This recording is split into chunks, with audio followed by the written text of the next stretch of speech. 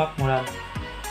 Dalam pengertian umum, kemakmuran adalah terpenuhinya suatu kebutuhan seseorang dari segi ekonomi, dapat memenuhi kebutuhan pokok dengan mudah, serta dapat memenuhi kebutuhan sekunder dan tersier. Sedangkan di dalam ilmu ekonomi sendiri, kemakmuran tidak hanya berkaitan dengan keuangan saja, tetapi juga kondisi sosial dan kebutuhan batin seseorang. Apabila semua aspek sudah terpenuhi, contoh, memiliki pemasukan yang cukup dan merasa kebutuhannya dapat terpenuhi semua, lalu memiliki keluarga yang utuh serta harmonis, inilah contoh seseorang dapat dikatakan makmur. Sistem ekonomi. Yang pertama ada sistem ekonomi liberal. Sistem ekonomi liberal atau disebut sistem ekonomi pasar adalah kebijakan perekonomian yang membebaskan setiap pihak untuk melaksanakan kegiatan ekonomi. Tujuannya untuk meraih keuntungan dalam skala cukup besar. Sederhananya, tiap-tiap keputusan yang ada dalam sistem ini mengacu pada ekonomi pasar yang sangat menjunjung tinggi hak kepemilikan pribadi. Ciri-ciri ekonomi liberal. 1. Kebebasan untuk berusaha dan bersaing. Yang kedua, harga dibentuk oleh pasar bebas. Yang ketiga, terbatasnya campur tangan pihak pemerintah. Yang keempat, bebas memiliki alat produksi sendiri. Dan yang kelima, berdasarkan prinsip imbal hasil. Kedua, ada sistem ekonomi sosialis. Sistem ekonomi sosialis merupakan sistem ekonomi yang diatur oleh negara. Dalam sistem ini, perekonomian sepenuhnya menjadi tanggung jawab suatu negara atau pemerintah pusat. Lantaran segala sesuatu harus diatur oleh negara dan komandokan dari pusat, sistem ekonomi sosialis juga dikenal dengan sebutan sistem ekonomi komando dan sistem ekonomi terpusat. Ciri-ciri ekonomi sosialis. Yang pertama, pemerintah memiliki kekuasaan tertinggi dalam menentukan kegiatan di pasar. Yang kedua, pemerintah bertanggung jawab penuh untuk menggerakkan perekonomian. Yang ketiga, seluruh modal dimiliki oleh pemerintah, baik tanah, alat produksi, perkebunan, dan lainnya, sehingga masyarakat hanya menjadi pengguna. Yang keempat, seluruh produk ditentukan oleh pemerintah dan masyarakat wajib menggunakan produksi yang ditentukan oleh pemerintah. Yang kelima, pemerintah sebagai pemilik modal dan masyarakat sebagai tenaga kerja. Yang ketiga, ada sistem ekonomi syariah. Ekonomi syariah atau sering disebut juga dengan ekonomi Islam adalah bentuk percabangan ilmu ekonomi yang berlandaskan nilai-nilai Islam.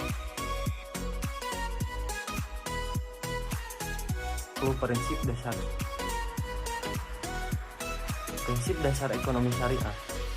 Ada 10 poin penting dalam prinsip dasar ekonomi syariah.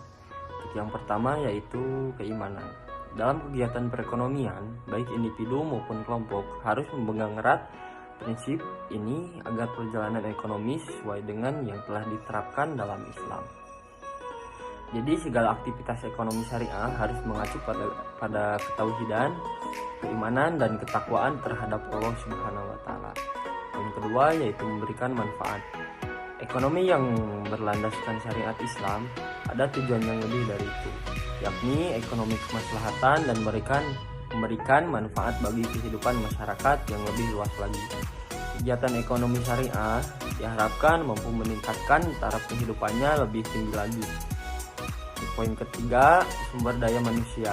Dalam menjalankan ekonomi Islam, setiap individunya harus memperhatikan segala aspek agar tidak menyeleweng dari nilai-nilai Islam. Poin keempat, yaitu harta. Konsep yang diterapkan adalah harta dalam bentuk apapun, berapapun jumlahnya, hakikatnya semua itu hanya milik Allah semata, dan manusia hanya mendapatkan amanah dari Allah. Poin kelima yaitu adil. Prinsip ekonomi harus menerapkan dan melayani semua masyarakat tanpa memandang status sosial. Keadilan dalam ekonomi syariah bertujuan agar semua masyarakat dari semua golongan masyarakat kenyamanan dan kesamaan. Untuk yang keenam yaitu persaudaraan. Persaudaraan merupakan salah satu tujuan atau misi adanya ekonomi syariah. Sangat dianjurkan untuk bekerja sama atau selalu berjamaah dalam melakukan apapun. Jangan sampai ada yang ingin sukses sendiri ataupun ingin kaya sendiri. Dengan hal ini, maka sistem ekonomi Islam menekankan pada sosial bukan individual, karena pada dasarnya manusia hidup di dunia ini dengan tujuan bermanfaat bagi manusia lainnya dan saling menjaga saling silaturahmi. Poin ketujuh yaitu etika. Kegiatan ekonomi merupakan salah satu jenis ibadah di bidang muamalah.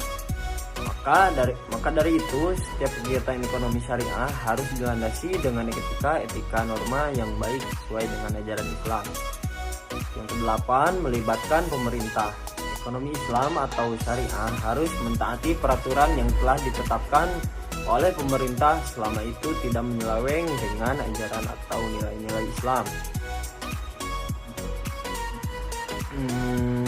Karena bagaimanapun juga yang memiliki kuasa atau hak lebih untuk mengatur jalannya perekonomian adalah pemerintah. Baik buruknya perkembangan suatu negara disebabkan oleh pemerintahannya. Jadi bagaimanapun ekonomi syariah harus selalu melibatkan pemerintah dalam perjalanan ekonominya. Untuk yang sembilan, bebas dan tanggung jawab. Manusia diberikan kebebasan, namun adanya batasannya, yakni harus dipertanggungjawabkan. Apapun yang terjadi dan sudah dilakukan harus mampu dipertanggungjawabkan. Untuk yang terakhir, adanya kerjasama.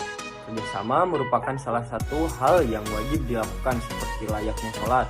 Yang dilakukan secara berjamaah bisa mendapatkan pahala lebih, yakni 27 derajat. Faktor-faktor produksi. Ada 4 poin penting dalam faktor produksi ini. Yang pertama yaitu sumber daya alam. Sumber daya alam merupakan semua hal yang telah tersedia di dalam dan bisa dimanfaatkan guna mencapai kemakmuran. Ini termasuk lahan, lingkungan alam, dan semua kekayaan yang terdapat di dalam tanah. Contoh faktor produksi sumber daya alam yaitu meliputi tanah, meliputi sinar matahari, udara, tumbuhan, hewan, mineral, maksudnya air, dan jenis tambang lainnya. Untuk poin kedua yaitu sumber daya manusia. Faktor produksi sumber daya manusia atau pekerja. Jenis ini meliputi semua usaha yang dilakukan manusia guna meningkatkan nilai pada suatu benda. Contohnya adalah tenaga kerja terdidik, terampil, tidak terdidik, dan tidak terampil, serta tenaga kerja jasmani dan rohani.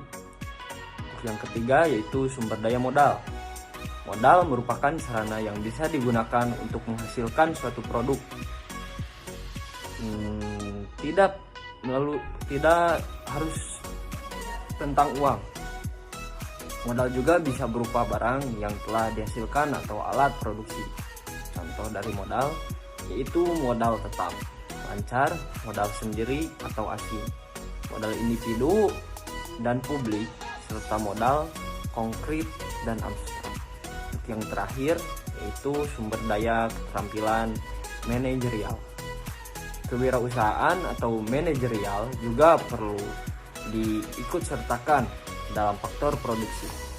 Pasalnya, penentu keberhasilan dari suatu proses produksi tidak hanya melulu tentang produk, tetapi juga strategi, teknik, atau cara kontrol perencanaan, dan masih banyak lagi.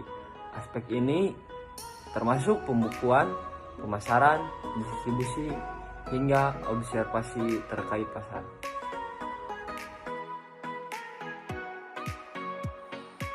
Sinergitas faktor-faktor produksi.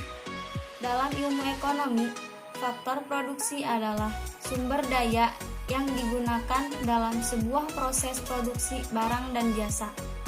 Pada awalnya, faktor produksi dibagi menjadi 4 kelompok, yaitu tenaga kerja, modal, sumber daya alam, dan kewirausahaan. Namun pada perkembangannya, faktor sumber daya alam diperluas cakupannya menjadi seluruh benda berwujud, baik langsung dari alam maupun tidak, yang digunakan oleh perusahaan, yang kemudian disebut sebagai faktor fisik. Selain itu, beberapa ahli juga menganggap sumber daya informasi sebagai sebuah faktor produksi, mengingat semakin pentingnya peran informasi di era globalisasi ini. Secara total, saat ini ada 5 hal yang dianggap sebagai faktor produksi, yaitu tenaga kerja, modal, sumber daya fisik, kewirausahaan, dan sumber daya informasi. Islam dan pembangunan. Konsep pembangunan dan ekonomi menurut perspektif Islam berbeda dengan pembangunan ekonomi yang dikemukakan oleh pemikir Barat. Dalam perspektif Islam, pembangunan ekonomi bersifat material dan spiritual yang mencakup pula pembangunan sumber daya manusia, sosial, kebudayaan, dan lainnya. Dalam perkataan lain, dampak pembangunan dalam Islam adalah menyeluruh, sebagaimana konsepsi Islam sebagai agama yang menyeluruh. Bukan hanya ekonomi yang bersifat material, tetapi juga pembangunan non-material yang bersifat spiritual, akhlak, sosial, dan kebudayaan. Ada 5 kebijakan utama pembangunan dalam Islam, yaitu yang pertama, konsep pembangunan berlandaskan tauhid, khalifah, dan tazkiyah. Kedua, aspek pembangunan meliputi fisik dan moral spiritual. Yang ketiga, fokus utama pembangunan adalah manusia sebagai subjek dan objek pembangunan guna mencapai kesejahteraan. Yang keempat, fungsi dan peran negara. Yang terakhir, skala waktu pembangunan meliputi dunia dan akhirat.